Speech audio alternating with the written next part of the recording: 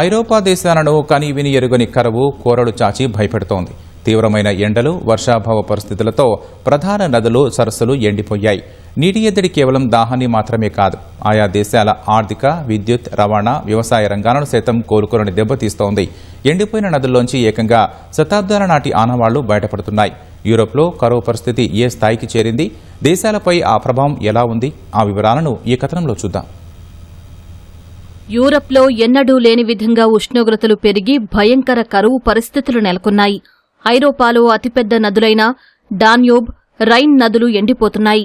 నీటి మట్టాలు రికార్డు స్థాయిలో పడిపోవడంతో హంగేరీ, రొమేనియా దేశాల్లోని అణు విద్యుత్ కేంద్రాలకు ముప్పు వాటిల్లింది.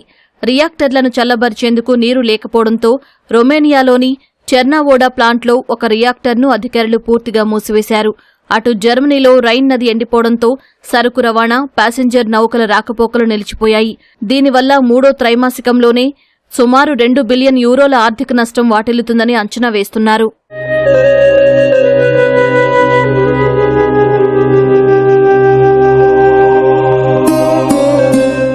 మరోవైపు కరువు ధాటికి ఐరోపా వ్యవసాయ రంగం కుదేలైంది. ఫ్రాన్స్లో ఏకంగా 10% వ్యవసాయ ఉత్పత్తి పడిపోయి ఆ దేశానికి దాదాపు 6 బిలియన్ యూరోల మేర నష్టం వాటిల్లింది. ఇటలీలో పండ్ల తోటలు, కూరగాయల సాగుకు కీలకమైన పో నది పూర్తిగా ఎండిపోవడంతో పంటలు దెబ్బతిన్నాయి. తాగేందుకు కూడా నీరు లేక స్విమ్మింగ్ పూల్స్ నిర్వహణ, కార్ వాషింగ్లపై అక్కడి అధికారులు ఆంక్షలు విధించారు. హంగేరీలో పరిస్థితి మరీ దారుణంగా ఉంది. ఆ దేశంలోని 99% భూమి తీవ్ర కరువు కోరల్లో చిక్కుకుంది. వెలెన్స్ లాంటి చారిత్రక సరస్సులు అడుగంటిపోయి అరుదైన వన్యప్రాణులు అంతరించిపోతున్నాయి.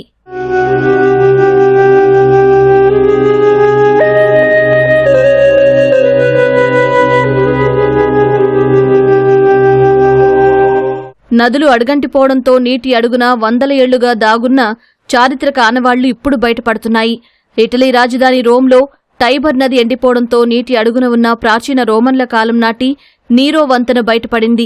దీన్ని క్రీస్తు శకం 39వ సంవత్సరంలో నిర్మించినట్లు చరిత్రకారులు చెబుతున్నారు. అటు సెర్బియాలో సావా నది ఇంకిపోయి మొదటి, రెండవ ప్రపంచ యుద్ధాల కాలంలో వాడిన ది స్లోవేనియన్ అనే పాతకాలపు ఆవిరి పడవ బయటపడింది.